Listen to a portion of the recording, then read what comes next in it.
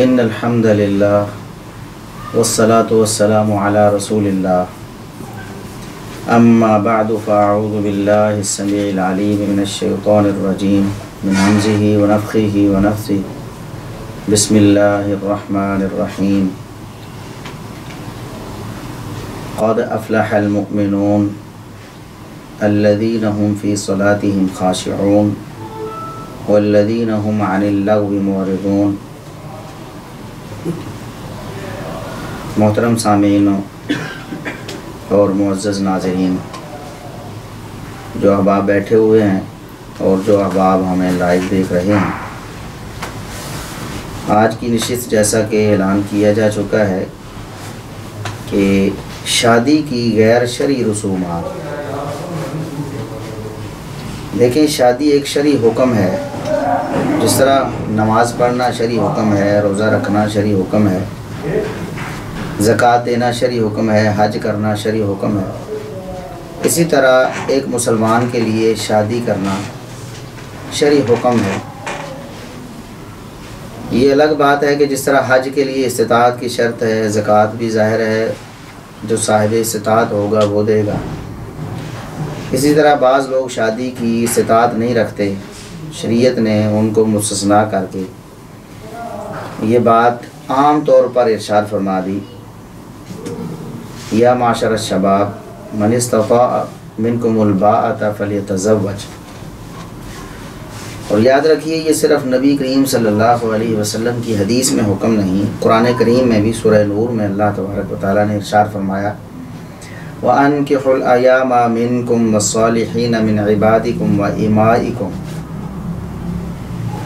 कि जो बेनिकाहे हैं तुम में से, वो चाहे तुम्हारे आज़ाद रिश्तेदार हैं, बेटे हैं, भाई हैं, भांजे भतीजे हैं, या फिर जो ग़ुलाम हैं, लौंडियाँ हैं, उनके भी निकाह कर दो। जो भी बेनिकाह है उसका निकाह कर दो। इसका मतलब यह है कि कोई भी शख्स जो जवान है, उसके अंदर जिनसी ख्वाहिश है, उसकी शादी लाजमी है। अगर खुदा न खास्ता किसी की शादी हुई है, बाद में तलाक हो गई या खामद या बीवी में से कोई फौत हो गया, वो भी इस तारीफ़ पर पूरा उतरता है। वान की हुल अयामा, बग़ैर अज़दवाजी रिश्ते के जो रह रहे हैं, जो अभी फ़िलहाल निकाह में नहीं हैं, उनका निकाह कर दो। और नबी करीम सल्लल्लाहु अलैहि वसल्लम ने इरशाद फरमाया, ये सही बुखारी, सही मुस्लिम वगैरह की हदीस है। इमाम बुखारी रहमहुल्लाह ताला ने इसे किताबुल निकाह के आगाज़ में पेश किया है। 2-3 अहादीस उससे पहले हैं, उसके बाद एक बाब इमाम साहब ने कायम किया है जो इसी हदीस के अल्फाज के मुताबिक। आप सल्लल्लाहु अलैहि वसल्लम ने इरशाद फरमाया, या माशर शबाब, नौजवानों की जमात, सारे नौजवान जितने भी हैं मुखातब हैं नबी करीम सल्लल्लाहु अलैहि वसल्लम के इस हुक्म के। मन इस्तता मिनकुमुल बाअता फलियतज़व्वज। आपको याद है कि कुरान करीम में जब अल्लाह तबारक व तआला ने हज बैतुल्लाह को फ़र्ज़ किया, तो वहाँ इरशाद फरमाया कि बैतुल्लाह का हज करना हर शख्स पर फ़र्ज़ है। मन इस्तता इलैहि सबीला, जो बैतुल्लाह का हज करने की ताकत रखता है, यानी ज़ादे राह उसके पास है, इतने पैसे हैं कि वो जाकर वापस आ सके, राह का ख़र्च है, तो उस पर बैतुल्लाह का हज करना फ़र्ज़ है। यहाँ नबी करीम सल्लल्लाहु अलैहि वसल्लम ने ये बात इरशाद फरमाई कि मन इस्तता मिनकुमुल बाअता फलियतज़व्वज, जो भी नौजवान शादी की ताकत रखता है, निकाह की ताकत रखता है, उसे चाहिए कि निकाह और शादी कर ले। फ़इन्नहु अग़द्दु लिलबसरि व अहसनु लिलफ़र्ज। आप सल्लल्लाहु अलैहि वसल्लम ने ताकीद के साथ इरशाद फरमाया कि यही एक चीज़ है, याद रखें अल्फाज ये हैं, यही एक चीज़, निकाह ही एक ऐसी चीज़ है जो इंसान की निगाहों की हिफाजत करती, इंसान की निगाहों को मैला होने से बचाती है और इंसान के किरदार की मुहाफ़िज़ है। निकाह के अलावा दुनिया में कोई चीज़ ऐसी नहीं एक जवान शख्स के लिए जो उसको गुनाहों से और किरदार के ख़राब होने और किरदार की जो उजली चादर है उसको मैला होने से बचा सके, सिर्फ़ और सिर्फ निकाह है। और जो ताकत नहीं रखता वो क्या करे? बड़ी कीमती बात है। आप सल्लल्लाहु अलैहि वसल्लम ने इरशाद फरमाया, वमन लम यस्तति फ़अलैहि बिस्सौम, जो निकाह की ताकत नहीं रखता। बस औक़ात ये भी मैं आगे बयान करने वाला हूँ कि निकाह की ताकत से क्या मुराद है और हमने क्या पैमाने बना लिए। किसी मजबूरी की वजह से बस औक़ात ऐसे हालात होते हैं इंसान के, घरेलू हालात या ऐसी कोई मुश्किल मुसीबत होती है, फ़ौरी तौर पर निकाह करना उसके लिए मुमकिन नहीं होता, कोई भी मजबूरी बन जाती है। तो फ़अलैहि बिस्सौम, वो लाजमी तौर पर रोज़े रखे, रोज़े उस पर लाजिम है। रोज़े रखेगा तो फिर ये दो चीज़ें उसे हासिल हो जाएंगी जो निकाह की वजह से हासिल होनी थी। फ़इन्नहु अग़ज़्ज़ु लिलबसर व अहसनु लिलफ़र्ज, यही दो चीज़ें निकाह का मकसद थी कि निकाह से इंसान की नज़र की हिफाजत होती है और इंसान का किरदार महफूज होता है। फरमाया फिर रोज़ा रखे। अब जो नौजवान शादी के बगैर फिरते हैं, अगर उनकी कोई ऐसी वाकई मजबूरी है, उन्हें चाहिए कि वो रोज़े रखें कसरत के साथ, कम अज़ कम एक दिन रोज़ा रखें, एक दिन छोड़ें, ताकि वो गुनाहों से महफूज रह सकें। जो नौजवान ये समझता है कि मैं शादी नहीं कर रहा और रोज़े भी नहीं रख रहा और उसके बावजूद मेरी नज़रें महफूज रहेंगी और मेरा किरदार मैला होने से बचा रहेगा, वो नबी करीम सल्लल्लाहु अलैहि वसल्लम के इस फरमान की तरदीद करता है। शऊरी या लाशऊरी तौर पर ये मुमकिन नहीं है। बहरहाल मेरा मौजू चूँकि निकाह की अहमियत नहीं है, वो चूँकि पहले बयान हो चुका है। मकसद ये है कि इतना अहम हुक्म है इस्लाम का, जिस तरह हज करने का हुक्म है, जिसके पास इस्तात है वो हज करे, इसी तरह निकाह करने का हुक्म है, जिसके पास इस्तात है वो निकाह करे। हमने निकाह को इतना मुश्किल बना दिया है, इसमें इतनी रस्में और इतने रवाज दाखिल कर दिए। इस्लाम जो इलाकाई या किसी मुल्क की या किसी खित्ते की कोई रस्म है, कोई रवाज है, उसे मुतलकन मना नहीं करता। सिर्फ वो रस्म और वो रवाज मना होते हैं जिनमें इस्लाम की खिलाफ वर्जी होती है, इस्लामी उसूलों की खिलाफ वर्जी होती है। और हमारे जो निकाह हैं, हमारी जो शादियां हैं, ये जो हम उनके जो रस्म व रवाज हैं, यही सबब हैं कि निकाहों में बहुत ताख़ीर हो रही। और ये जो शरीयत का ताकीदी हुक्म है, जिसके बारे में बताया गया है कि एक ही तरीका है जिससे हम अपने किरदार को महफूज कर सकते हैं, वो निकाह है, तो उसको मुश्किल क्यों बना दिया गया है? उसके मुश्किल होने में बहुत बड़ा जो सबब है वो यही रस्म व रवाज है, जो सिर्फ रस्म व रवाज नहीं है बल्कि गैर शरई रस्म व रवाज। अभी 20-25 मिनट और आधा घंटा टाइम है। अगर मुख्तलिफ दुनिया के मुख्तलिफ खित्तों में और पाकिस्तान के मुख्तलिफ इलाक़ों में जो रसूम और रवाज हैं शादी के हवाले से, जिन्होंने गैर शरई रसूम ने शादी को मुश्किल कर दिया, अगर उनके नाम लेकर थोड़ा सा उनका तारफ़ कराना शुरू कर दिया जाए तो शायद वक़्त ख़त्म हो जाए। इतने ज़्यादा हमने पैदा कर लिए हैं। और आप हर इलाके में जाएंगे, वहाँ कुछ तो कॉमन है, यानी पूरे हमारे खित्ते के ऐसे हैं, और फिर हर इलाके के बहुत सारे अपने अपने भी हैं, यानी रवाज ऐसे हैं और वो गैर शरई हैं। जिस तरह हमारे यहाँ पहले तो जब रिश्ता तय होता है, तो रिश्ता तय होने में भी बहुत सारे उमूर ऐसे हैं जो गैर शरई होते हैं।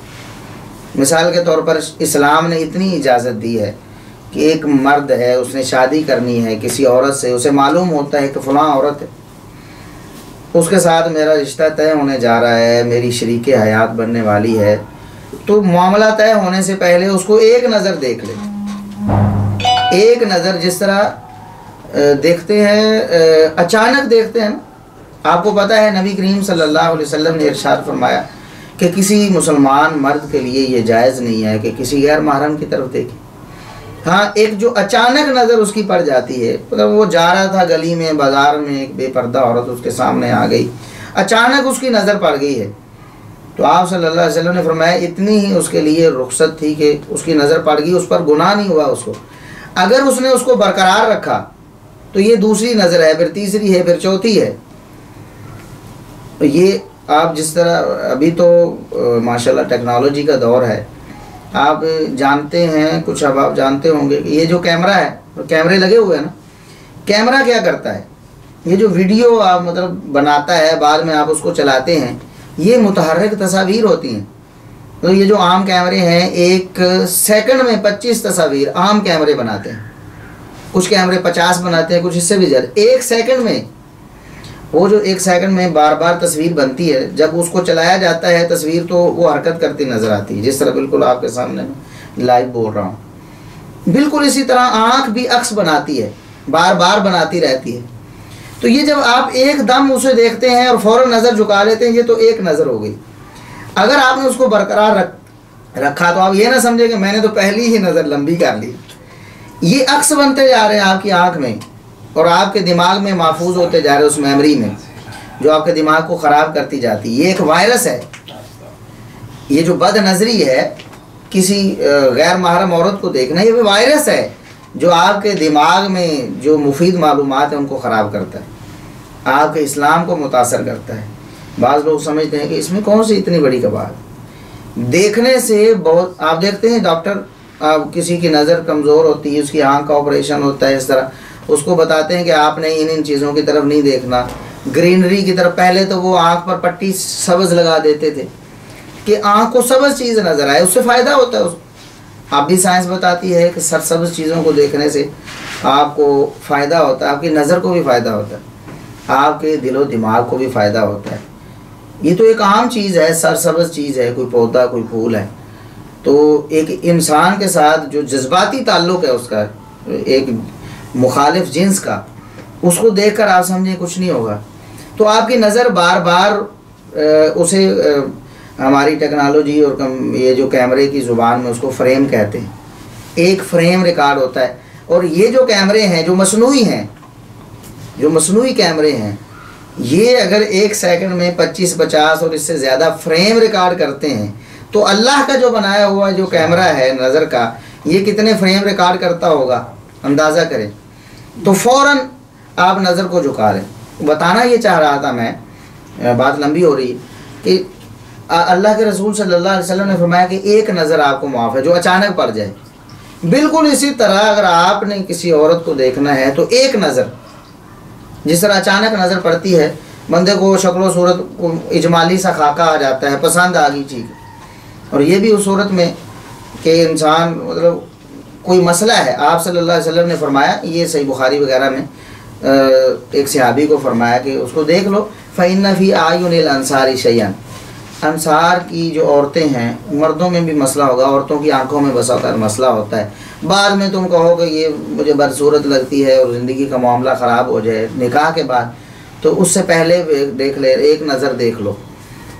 तो अगर हमारी जिस तरह हमारे यहाँ रवाज है, औरतें जाती हैं, अरबों में इस तरह का रवाज नहीं था, औरतें जाती हैं, बड़ी तहकीक व तफ्तीश होती है, कई कई दफ़ा चक्कर लगते हैं, खाने खाए जाते हैं, चाल डाल और उसके मतलब खाना पकाने का सलीका, बोलने का सलीका चेक किया जाता है।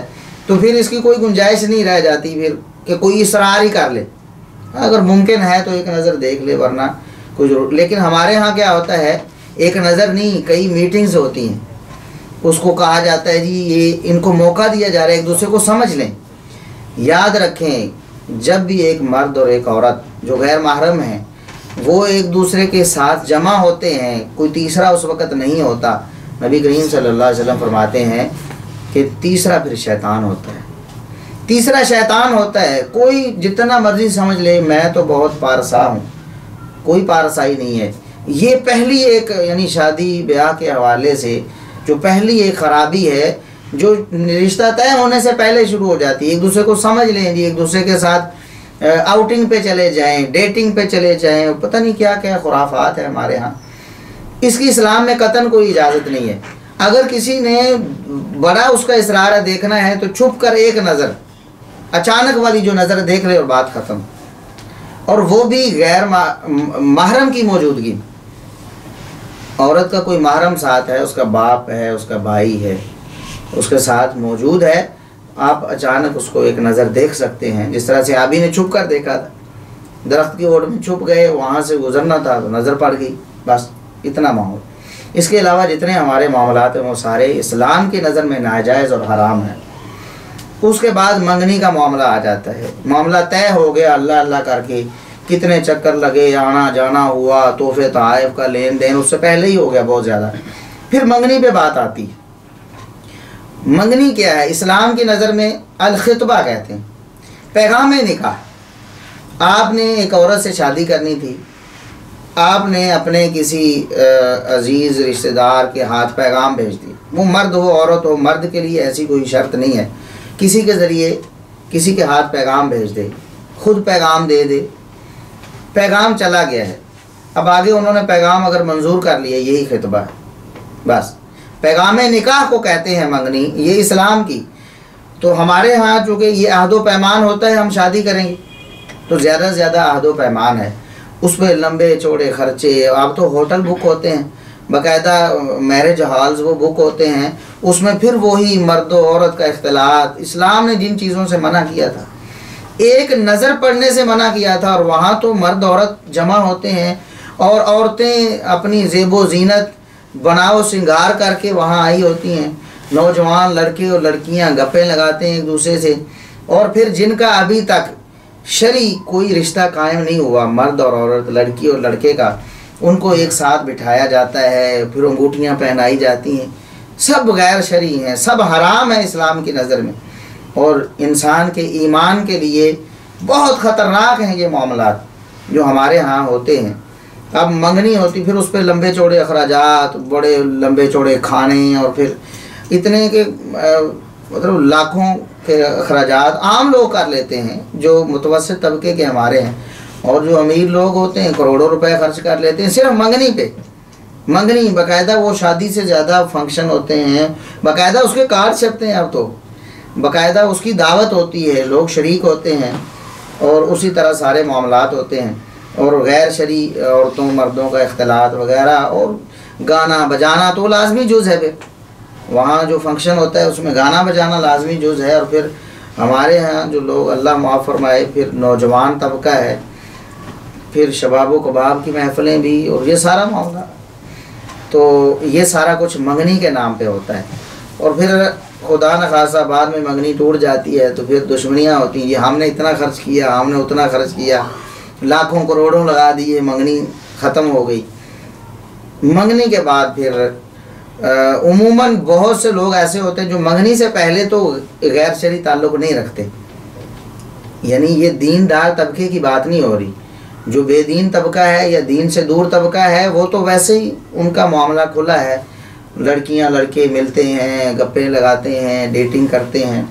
तो जो मजहबी तबका है, जिनका मज़हब के साथ लगाव है, या कुछ वो फहाशी और यानी से कुछ दूर रहते हैं, वो भी इस मौके पे आकर फिसल जाते हैं। बहुत मजहबी घराने भी, मंगनी होगी है तो उसके बाद लड़की और लड़के का एक दूसरे से मुसलसल राब्ता होगी, मुलाकातें नहीं तो कम से कम मैसेजेस हैं, चैटिंग है, और फिर इस तरह के मामलात इस्लाम की नज़र में बिल्कुल गैर शरी हैं। ये बिल्कुल ऐसे ही है जैसे किसी गैर लड़की के साथ आप मामला कर रहे हैं, जब तक निकाह नहीं हो जाता उस वक़्त तक आपका उसके साथ कोई ताल्लुक़ नहीं। मंगनी अहदे निकाह है, निकाह नहीं है। हमारे यहाँ जो मंगनी होती है ये होता है, हम आहद करते हैं जी हम निकाह करेंगे, अभी तो तारीख भी तय नहीं होती, उसके बाद बहुत सारी मंगनियाँ हमारे देखते हैं, हमारे माहौल मुआशरे में टूटती रहती हैं, उसको निकाह नहीं समझा जाता, ना वो शरअन निकाह होता है। तो ये जो लड़कियों लड़कों का आपस में फ़ोन पे बातें करना मंगनी के बाद, वो समझते हैं कि शायद हमें इस्लाम ने इजाज़त दे, ये भी बिल्कुल नाजायज़ और हराम है, इस्लाम इसकी इजाज़त नहीं देता। बिल्कुल ऐसे ही जैसे आप गैर महरम के साथ आम किसी के साथ ताल्लुक़ रखें, उसी तरह का ये ताल्लुक़ है।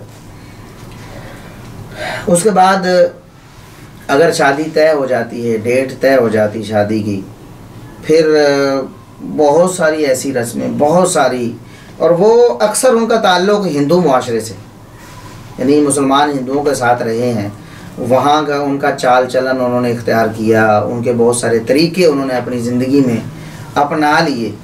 तो हिंदुओं के बहुत सारे यानी मामलात ऐसे हैं, और बहुत सारे कुछ मामला तो ऐसे हैं जो उनके मजहबी यानी पस मंज़र से ताल्लुक़ रखते हैं, और कुछ वैसे हैं लेकिन इस्लाम के उसूलों के ख़िलाफ़ हैं। अब मायों, मेहंदी और पता नहीं क्या क्या होती है, मेहंदी की रस्म है, उसमें भी बिल्कुल इसी तरह मर्द व ज़न का इख्तलात होगा, वहाँ यानी हुल्लड़बाजी होगी, शराब कबाब की महफ़िलें होंगी और पता नहीं क्या कुछ होता है। वो मेहंदी के नाम पे रस्म क्या है जी, वो पता नहीं, मेहंदी लेकर आते हैं लड़की वाले, कुछ तोहफे तोहफ़ होंगे कुछ इस तरह के, वो शादी के 1-2 दिन पहले उनके घर में आते हैं और फिर वो सारा यानी नौजवान लड़के और लड़कियां डांस करते हैं, नाचते हैं, गाते हैं, एक दूसरे से बुरे ताल्लुकात, ये जो बातचीत है ये भी बुरा ताल्लुक है इस्लाम के नज़र में, वो सारा कुछ खुले आम होता है। तो इसी तरह उसके बाद फिर पता नहीं, फिर वो हमारे यहाँ बहुत सारी ऐसी खुराफात हैं जो खालिसतन हिंदुआना है। मिसाल के तौर पर ये समझा जाता है वो जो लड़का है जिसकी शादी होने वाली है, वो उसको घर से निकलने नहीं दिया जाता, कुछ दिन पाबंदी होती है, और उसके फिर उसको कुछ कड़े वगैरह कुछ पहनाए, वो रस्सी को पहना देते हैं, और फिर मेहंदी का मामला है, मेहंदी के बाद और शादी से पहले, बारात से पहले, बारात तो एक बहुत बड़ा फितना जैसा हमारे यहाँ बन चुका है, उससे पहले ये होता है कि मुख्तलिफ़ इलाक़ों के मुख्तलिफ़ रवाज हैं, कोई घोड़े पर चढ़ाता है, कोई उधर बिठाता है घर में किसी जगह पर कुर्सी पर बिठाता है, कोई किस तरह, फिर लेन देन का सिलसिला शुरू होता है। ये अभी शादी का लेन देन नहीं, शादी से पहले ही, बारात से भी पहले ही ये लेन देन का सिलसिला। याद रखिए कि ये बहुत बड़ा फितना जो हमारे यहाँ शादी की जो रसूम है, जो रवाज हैं गैर शरी, उनमें से बहुत बड़ा फितना शादी के मौके पर लेन देन का है। इस्लाम ने इसकी नफ़ी नहीं की, इस्लाम तो कहता है तामुन करो व तावनु अलल बिर्रि वत तक़वा। एक शख्स की शादी हो रही है, आपका दोस्त है, आपका भाई है, आपका रिश्तेदार है, आपका हमसाया है, ज़ाहिर है उसने वलीमा करना है, मर्द है, वलीमा करना है, शरीयत ने उस पर लाजिम किया है, तो चलो उसका ताउन हो जाए, क्या हरज है, किसी भी मौके पर ताउन हो सकता है, लेकिन वो तो ताउन होता है फ़ी सबीलिल्लाह, आपने दे दिया और बस छोड़ दिया, भूल गए, ये है ना किसी के साथ ताउन करना। हमारे यहाँ तो उसको लिख के रखा जाता है, इतने पैसे हमने खर्च किए। ये बारात से पहले भी, बारात के मौके पर भी, लड़की के यहाँ भी, लड़के वाले जो मतलब लेन देन करते हैं, लड़की वाले अपनी रिश्तेदार लड़की के साथ जो लेन देन करते हैं, उसके बाद वलीमे के मौके पर न्योंता, उर्दू में जिसको पंजाबी में न्योंदरा कहते हैं, वो लेन देन, ये सारा लेन देन इसमें शामिल है। अगर तो आपने जज्बा हमदर्दी से किसी के साथ ताउन कर दिया, उसको ज़रूरत है इस मौके पे, एक मर्द है उसने अपनी शादी का बंदोबस्त करना है, ज़ाहिर रिहाइश का बंदोबस्त भी करना है, उसमें बहुत सारे मतलब कर्ज़ भी आ गया होगा, और फिर उसने वलीमा भी करना है, आप उसके साथ ताउन कर देते हैं, आपके पास जितनी इस्तात है आप उसको कपड़ा दे देते हैं, जूता लेकर दे देते हैं, आप उसको पैसे दे देते हैं, और बस ख़त्म। जिस तरह दोस्त के साथ दोस्त कर लेता है, कभी किसी दोस्त ने किसी को खाना खिलाया और लिख कर रख लिया कि इसको मैंने खाना खिलाया, बाद में ये खिलाएगा, अगर ना खिलाया तो मेरा इसके साथ ताल्लुक़ ख़त्म हो जाएगा। हमारे यहाँ तो ऐसे होता है, अच्छा देखो जी कितने पैसे उसने हमारी शादी पे दिए थे, उतने ही पैसे उसकी तरफ से आए हैं कि नहीं। अब जो बंदा बैठा हुआ है उधर लेने के लिए हिसाब किताब, उसके पास पूरा खाता है, अब वो चेक करता है, अच्छा इसने अब 1000 दिए है, पहले हमने 1000 दिया था और इसने तो हमारे साथ मामला ख़त्म कर लिया, क्योंकि 1000 हमने दिया था, 1000 इसने दिया, तो गोया इसने बराबर कर लिया कि अब इसका कोई लेन देन नहीं। उसके लिए ज़रूरी है कि वो उससे ज़्यादा दे, मतलब उसने अगर 1000 लिया है तो 1500 दे, 1500 लिया है तो 2000 दे, ताकि उसके साथ सिलसिला चलता रहे। और याद रखें ये सूद की एक बहुत बुरी किस्म, सूद भी है और जुआ भी है। अगर आपने उसको दे दिए और बस भी अल्लाह की रज़ा के लिए मैंने तो ताउन किया था, मुसलमान भाई हो, रिश्तेदार हो, ठीक है, बहुत अच्छी बात है, इस्लाम इसकी हौसला अफजाई करे। अगर आपने उसको लिख के रख लिया और बाद में आपने ज़्यादा ले लिए, कोई आपने तो उसे उधार दिए थे ना, 1000 दिया था 1500 ले लिया, तो आपने सूद खाया और जुआ बन जाएगा। कैसे? आप वो शख्स अगर फौत हो जाता है, उसके साथ लड़ाई हो जाती तो डूब गए ना। अगर वो ना दे सका, वो मकरूज होकर अल्लाह के यहाँ चला गया है और उन्होंने तो नज़र में देखा, अच्छा इसने कर्जा तो नहीं देना, नहीं जी किसी का कर्जा नहीं देना। तो इस सूरत में जो किसी को देकर या किसी से लेकर जो मामला किया हुआ है और वो छोड़कर चला गया है, अब वो राज़ी तो नहीं है कि वो हमें पैसे दिए बगैर चला गया, तो ये जुआ भी है। मतलब लग गया तो लग गया, ज़्यादा ले लिए, और नहीं लगा, नहीं दिए उसने तो डूब गए, क्योंकि आपने तो उसको माफ़ करने की नीयत से तो दिए ही नहीं थे, लेने की नीयत से दिए थे, तो आपके डूब गए, यूँ ये जुआ हो गया। और ये बहुत बड़ा फितना है, और मुसलमानों को चाहिए कि इस फितने को पहली फुर्सत में ख़त्म कर। क्या होता है, आप शरीयत ने जो वलीमे का हुक्म दिया है, अब शरीयत ने ये नहीं कहा, आप रसूल अकरम सल्लल्लाहु अलैहि वसल्लम ने इरशाद फरमाया सहाबी को औलिम वलौ बिशातिन, वलीमा करो चाहो एक बकरी कर दो।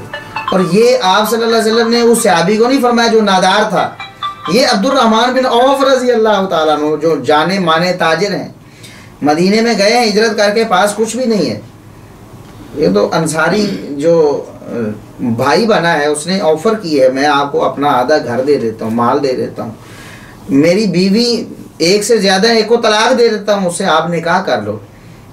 नबी करीम सल्लल्लाहु अलैहि वसल्लम ने जो भाईचारा करवाया, हमने तामुन करना है, इनकार कर देते मुझे किसी चीज़ की ज़रूरत नहीं, मुझे माल की भी घर की ज़रूरत नहीं है, मुझे बाज़ार का रास्ता तो दिखाओ।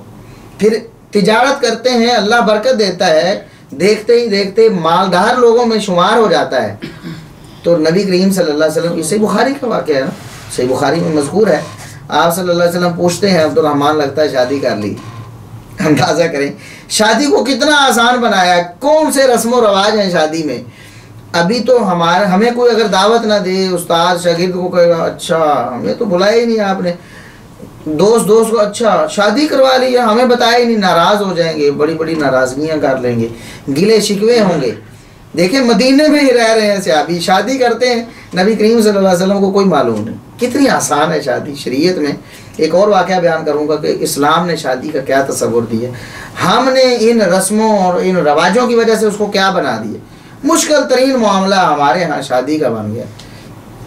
तो बहरहाल अल्लाह के रसूल सल्लल्लाहु अलैहि वसल्लम ने अब्दुर्रहमान बिन औफ रज़ी अल्लाह तआला अन्हु को जो मालदार थे उन्हें फरमाया कि वलीमा करो चाहे एक बकरी कर लो, जिनके लिए बकरी कोई माना नहीं रखती इतना ज़्यादा, वरना आप सल्लल्लाहु अलैहि वसल्लम ने अपना वलीमा सही बुखारी में मज़कूर है, दूसरी किताबों में अपना वलीमा सत्तू और जौ से भी किया, सत्तू और जौ से वलीमा कर दिया, वलीमा हो गया, कितनी आसान है।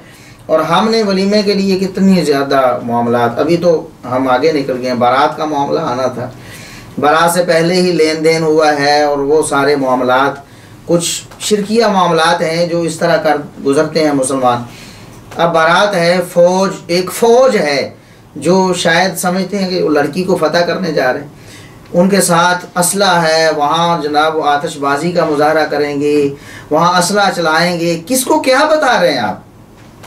तो एक लड़की आप लेने गए हैं, आपकी भी बहन है, उसने भी रुख्सत होना है, बाइज़्ज़त तरीके से जाएं, चंद अफराद उसको लेकर आ जाए, या लड़की वाले ये एहतमाम करें कि ख़ुद लड़की को लेकर चले जाएं, इतना ही। इस्लाम में ऐसा कोई तसव्वुर नहीं है। देखें सैयदा फ़ातिमा रज़ी अल्लाह तआला अन्हा की शादी रसूल अकरम सल्लल्लाहु अलैहि वसल्लम ने अपने हाथों से की है, जो भी इंतज़ाम इंसराम है वो अली रज़ी अल्लाह तआला अन्हु ने किया है। आप सल्लल्लाहु अलैहि वसल्लम से मनकूल है, आपने मुश्कीज़ा दे दिया, चक्की दे दी, कुछ रिवायात आती हैं, ये एक तोहफ़ा है जो आम तौर पर शख्स शादी के बाद भी अपनी बच्ची को दे देते। अगर किसी के पास है, इस्लाम मना नहीं करता आप कुछ भी ना दो, जो है आप दे दो, जो अमीर है वो अपनी इस्तार के मुताबिक दे दे, जो गरीब है कुछ ना दे, मर्द के ज़िम्मे है सारा कुछ। और हमारे यहाँ तो यहाँ मतलब है कि मकरूज़ हो जाते हैं लोग, सारी ज़िंदगी कर्ज़ों में दबे रहते हैं, सूदी मामलात में मुलव्वस हो जाते हैं, चादर से अपने पाँव ज़्यादा फैला लेते हैं, मुश्किलात और मुसीबतों का शिकार हो जाते हैं, और फिर आगे फिर भी गिले शिकवे ख़त्म नहीं होते, अपना पूरा ज़ोर लगा के सारा सामान देंगे, और आगे से फिर भी शिकवा होगा, फ़लाँ चीज़ नहीं लेकर आई, फ़लाँ चीज़ नहीं थी, फ़लाँ चीज़ अच्छी नहीं थी, फर्नीचर अच्छा नहीं बना था, फ़लाँ चीज़ ऐसी नहीं थी। इस्लाम ने तो कहा कि मर्द की ज़िम्मेदारी, मर्द अपनी ज़िम्मेदारी को पूरा करे, लड़की वाले कुछ भी ना दें, उनसे कोई मुतालबा नहीं कर सकता, दिल में कोई हिर्स भी नहीं रख सकता। हाँ उनके पास कुछ है, उन्होंने दे दिया अपनी मर्ज़ी से, ज़रूरी नहीं कि वो उसी मौके पर दें, शादी के बाद भी दे सकते हैं, किसी मौके पे अपनी बेटी को कुछ भी दें। लेकिन जो हमने मामला बना लिया, लेने वाले के दिल में हिर्स है कि मैंने लेना है, देने वाले के जहन में खौफ है कि मैंने पूरा करना है, ये जहेज़ एक लानत, इसके लानत होने में कोई शुबा नहीं। वालिदैन अपनी मर्जी से दे दें, जब भी दें, कोई हर्ज नहीं। और इधर हमारे यहाँ तो उल्टी गंगा बहती हर मामले में। लड़कों के लिए क्या है, लड़कों की शादी पे बहुत ज़्यादा खर्च होगा, बहुत ज़्यादा खर्च होगा, करोड़ों रुपए लाखों रुपए लुटा दिए जाएंगे, छोटी छोटी रस्में हैं बड़ी। और लड़कियों को अगर 1 लाख 2 लाख 3 लाख का अगर जहेज़ दे दिया है तो फिर कहेंगे वरासत से महरूम हो गई, भी हमने शादी नहीं कर दी। और भी इस्लाम ने ये कहा है, रसूल अकरम सल्लल्लाहु अलैहि वसल्लम ने ये फैसला सुनाया, सही बुखारी में मनकूल है। एक सहाबी आए हैं, मैं अपने बेटे को ये गुलाम देना चाहता हूँ। फरमाया अकुल्ला वालादी का नहल तहु मिसला हाजा, सारी औलाद को ऐसा दिया है, बेटों को नहीं, सारी औलाद को ऐसा दिया है, बेटों को भी बेटियों को भी। अर्ज़ किया नहीं, फरमाया कि मुझे गुनाह के मामले पर गवाह बनाने आए हो, अशहिद अला हाजा गैरी, जाओ किसी और को गवाह बनाओ। ला अशहदु अला जौरन, ये जुल्म ज़्यादती वाला मामला, इस पर मैं गवाह बनूँ? ये जुल्म ज़्यादती है कि एक तरफ यानी बेटों पर आप खर्च करते हैं, उनकी तालीम पर भी ज़्यादा खर्च, उनकी तरबियत पर भी ज़्यादा खर्च, उनके वैसे भी अखराजात ज़्यादा, उनकी शादियों पर भी लाखों करोड़ों खर्च, और बेटी की शादी भी अगर 2-3 लाख खर्च कर दिया है तो फिर वरासत से महरूम कर दिया है। ये एहसान किया है। शरीयत तो कहती है कि जितना बेटे पर खर्च किया बेटी पर भी करो। जिसके पास इस्तात है, बेटे की शादी पे अगर करोड़ों और लाखों खर्च कर सकता है, बेटी को भी गैर शरई रसूम पर नहीं, वैसे उसको दे। उसका हक है जितना हक बेटे का है दुनिया ज़िंदगी में। मरने के बाद तो वरासत में बेटी को आधा मिलता है, लेकिन ज़िंदगी में शरीयत ये लाजिम करती है कि जितना बेटे को दिया उतना ही बेटी को भी दो। तो बहरहाल हमने तो हर मामले को गलत कर दिया, ये भी मामला गलत कर दिया।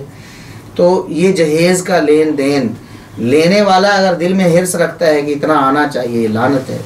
देने वाला अगर ये अपने दिल में खौफ महसूस करता है कि इतना मैंने देना है, मेरे पर पाबंदी है, ना दिया तो क्या होगा, लानत है। ये इस वजह से शादियाँ, कितनी औरतें, कितनी लड़कियाँ बूढ़ी हो गई बेचारी, कितने ख़ानदान बर्बाद हो गए बेचारे, कितनी खुदकुशियाँ हो गई इस वजह से। नौजवान वो बेगैरत नौजवान हैं जो ये तमा रखते हैं कि मेरी बीवी लेकर आए। ये मर्द है, मर्द की जिम्मेदारी है कमा कर खिलाना पिलाना,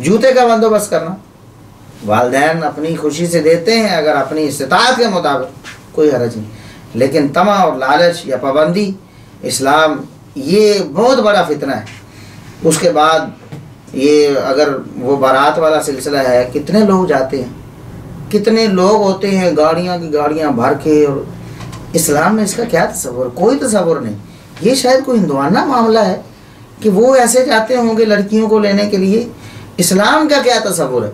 क्या सैयदना अली रज़ी अल्लाह तआला अन्हु इस तरह फौज आए थे रसूल अकरम सल्लल्लाहु अलैहि वसल्लम से के घर से सैयदा फातिमा रज़ी अल्लाह तआला अन्हा को रुखसत करने के लिए?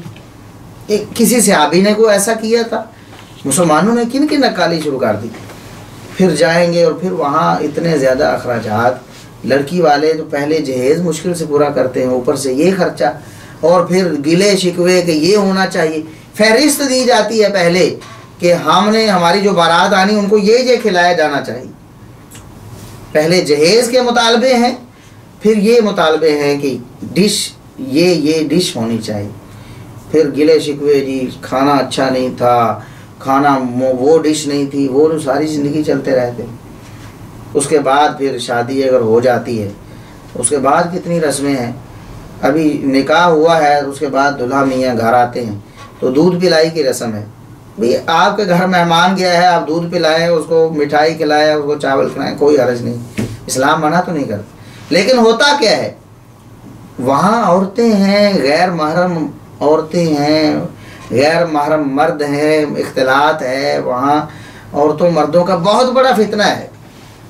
और सालियाँ पिलाएंगी दूध जी, और फिर शरारतें होंगी, फिर वहाँ गिफ्ट होंगे, खुलेंगे, मर्द औरत सारे गैर महरम खड़े हैं, हुल्लड़बाजी होगी। तो ये इस्लाम तो इसकी किसी सूरत इजाज़त नहीं देता।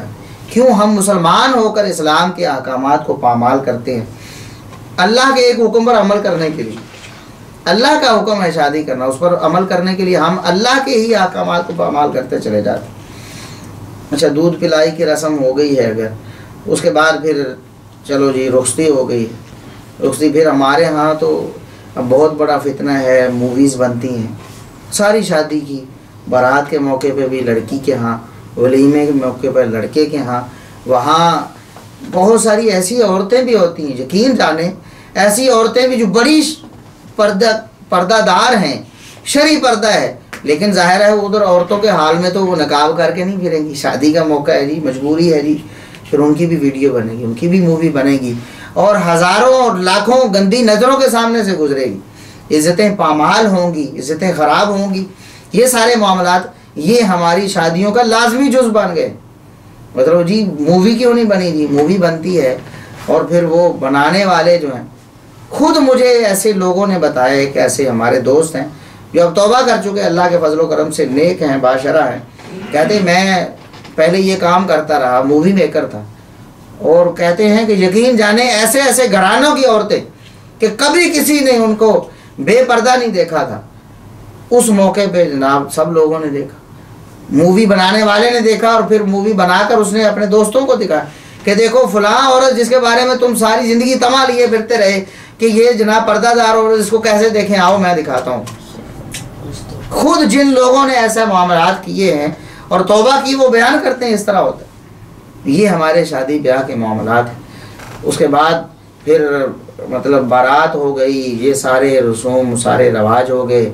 उसके बाद फिर जब घर आती तो पता नहीं क्या समझते हैं, वो तेल वगैरह डालते हैं दहलीज पे, पता नहीं, ये सारे हिंदुओं से हमने लिए, वो समझते इसमें कुछ शायद बरकत होती है, कोई बलाएं टलती हैं, लड़की को कुरान के साए में गुजारा जाता है, समझते पता नहीं क्या हो जाए। सारी ज़िंदगी कुरान पे अमल नहीं किया, बाद में भी अमल नहीं करना, कुरान के साए में जा रही है जी। कुरान साथ गिफ्ट में मिलेगा, ना उससे पहले कुरान पढ़ाया ना बाद में उसने पढ़ना है, बस एक रस्म के तौर पर एक रवाज है कि हम इसको एक मजहबी एक तकद्दुस भी दे दें शादी को जी, एक मतलब एक कुरान के साए में औरत को रुखसत करें। उसके बाद वलीमा होता है, वलीमे के बारे में रसूलुल्लाह सल्लल्लाहु अलैहि वसल्लम ने ताकीदन इरशाद फरमाया, लेकिन हमने उसको भी फितना बना दिया। बदतरीन खाना वलीमे का खाना है हमारे आज के दौर का, और मैं नहीं कह रहा, वक्त ज़्यादा हो रहा है, चंद मिनटों में बात को मुकम्मल करता हूँ। सही बुखारी की हदीस है, सही मुस्लिम में भी है, रसूलुल्लाह सल्लल्लाहु अलैहि वसल्लम ने इरशाद फरमाया, शर्रु ताम तामुल वलीमा, सबसे बदतरीन खाना दुनिया का अगर कोई है तो वलीमे का खाना है। ये आप सल्लल्लाहु अलैहि वसल्लम ने इरशाद फरमाया। क्यों?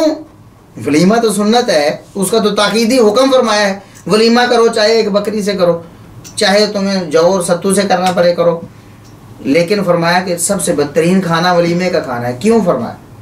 वजह आप सल्लल्लाहु अलैहि वसल्लम ने साथ में इरशाद फरमाया, युमनउहा मन यातीहा, जो बेचारे आना चाहते हैं उन्हें रोका जाता है।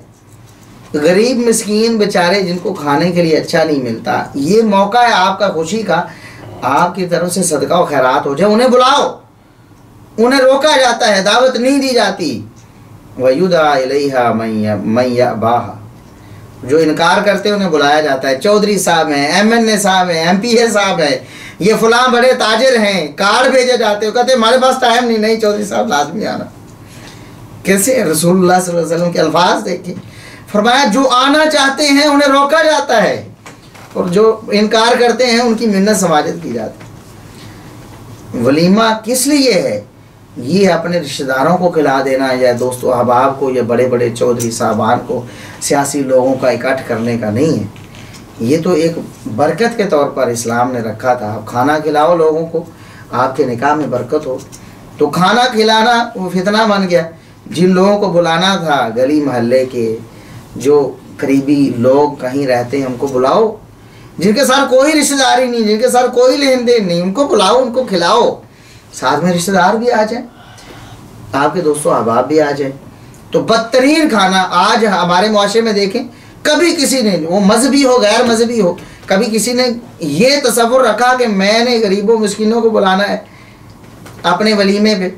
दोस्तों की फहरिस्तें तैयार होंगी, रिश्तेदारों की होंगी और बाअसर लोगों की होंगी।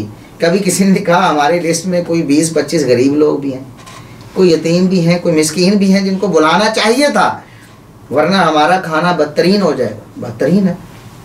और फिर उस मौके पर न्यूनते का लेना देना, ये सारे मामला मैं वाजे कर चुका हूँ। उसके बाद फिर घर आ जाते हैं जी, फिर कितनी मतलब रसूमात हैं। लड़की जो है वो उसकी गोद में उसका जो देवर है वो बैठता है, जवान देवर होते हैं, गैर महरम है, जिनके लिए देखना क्या, उन एक नज़र देखना भी आराम है, उसकी गोदी में बिठाना, उसको अपनी गोदी में बिठा लेना, और फिर सारे मामला। उसके बाद फिर जब वो अपने घर से मेके पे आती है, साथ में खामद आता है, फिर उसकी जूती छुपाई जाती है। और वो सालियाँ ऐसा मामला करती, सालियाँ उनके साथ खुला गपशप होता है, हुल्लड़बाजी होती है। और ये जो ताल्लुक़ होता है, जिनके साथ रिश्तेदारी बन गई है, वो औरतें अगर आपकी गैर महरम हैं तो उनके साथ बातचीत ज़्यादा, बहुत ज़्यादा फितने का सबब है। नबी करीम सल्लल्लाहु अलैहि वसल्लम से पूछा नहीं गया गैर महरम के बारे, देवर के बारे में आपका क्या ख्याल है? अल्लाह के रसूल, घर में होता है, क्या मजबूरी? फरमाया अल्हम्दुल मौत, वो तो मौत है, उसके साथ अगर उसकी बातचीत है तो वो गुनाह से नहीं बच सके। जिस तरह मौत आनी है, अगर देवर के साथ फासला न रखा गया और देवर के साथ साथ वो रिश्तेदार, वो अगर आपकी बीवी की तरफ से हैं, वो सालियाँ हैं, अब उस मर्द का ताल्लुक उसके साथ फासला न रखा गया, शरी हुदूद व क़ुयूद को अगर पामाल किया गया तो ख़राबी आकर रहेगी, जिस तरह मौत आकर रहती। तो बहरहाल अल्लाह तबारक व तआला हमें इन सारे मामला से बचाए। आखिर में एक हदीस अर्ज़ करता हूँ, शादी रस्म व रवाज कहाँ हैं, इस्लाम कहाँ है। एक औरत, सही बुखारी सही मुस्लिम का वाक़या है, एक औरत आती है, आकर कहती है अल्लाह के रसूल, मैं अपना आपके सामने हिबा करती हूँ। ये नबी करीम सल्लल्लाहु अलैहि वसल्लम का खासा था, औरतें अपना आप हिबा कर सकती थी, यानी आपको शादी के लिए पेश कर सकती थी। आप सल्लल्लाहु अलैहि वसल्लम ने शादी नहीं करना चाहिए, नज़र को झुका लिया। सहाबी बैठे हुए थे पास, अर्ज़ करते अल्लाह के रसूल, लगता है आपका इरादा नहीं, अगर आप नहीं करना चाहते तो मेरी कर दे, मैं निकाह के बगैर हूँ, शादी करना चाहता हूँ, मेरी कर दे।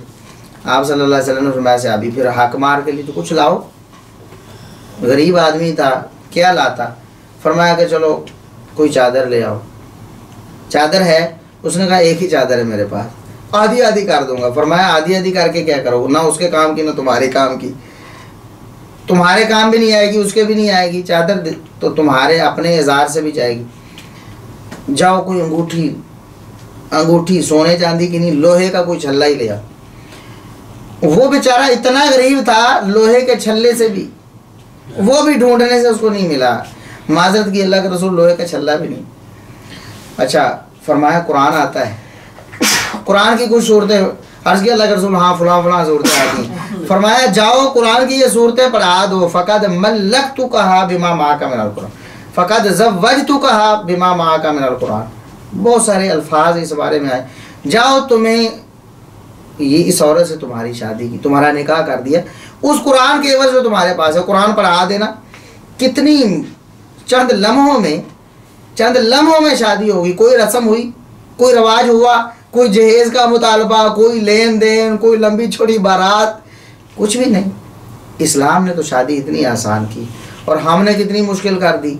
इतने लवाजमात, इतनी रस्में, इतने रवाज डाल दिए कि अगर शादी करने का कोई नौजवान सोचे कैसे, उससे पहले कहता है मैं अपने पाँव पे खड़ा हो जाऊँ, स्टैंड हो जाऊँगा, मुझे मुलाजमत मिल जाएगी, घर बना लूँगा, ये कर लूँगा, वो कर लूँगा। लड़की कहती मेरी तालीम मुकम्मल हो जाएगी, मैं किसी जॉब पे लग जाऊँगी, ये हो जाएगा, वो हो जाएगी। ये सारे मामलात जो हैं इस्लाम में इनकी कोई इजाज़त नहीं है। अल्लाह तबारक व तआला हमें निकाह को आसान करने की तौफीक अता फरमाए।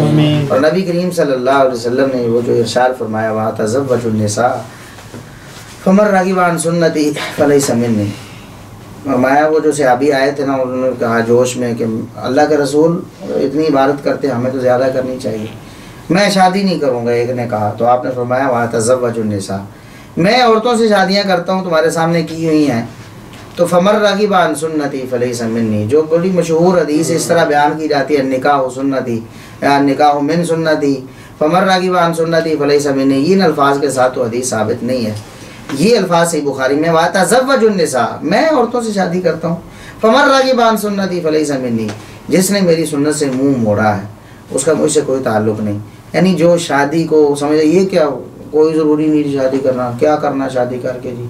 मतलब उस इस्लाम के हुक्म को हल्का समझता है, उसको कोई अहमियत में बेवकत करता है। फरमाया उसका मुझसे कोई ताल्लुक़ नहीं। और आपने ताकीदन फरमाया शादी करो, जवानों शादी करो, फ़ौरन शादी करो, जैसे ही मौका मिलता है शादी करो।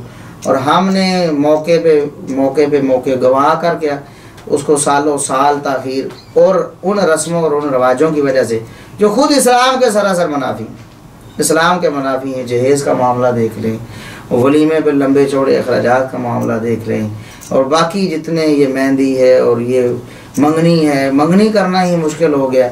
जो हमारे यहाँ जो रवाज है, जिन रवाजों के तहत मंगनी की जाती है, अल्लाह तबारक व तआला हमें इस्लाम के अहकामात के मुताबिक निकाह के फरीज़े को सरअंजाम देने की तौफीक अता फरमाए, और जितनी गैर शरई रसूमात हैं अल्लाह तबारक व तआला हमें उनसे महफूज फरमाए। व आखिर दावाना अनिल हम्दुलिल्लाहि रब्बिल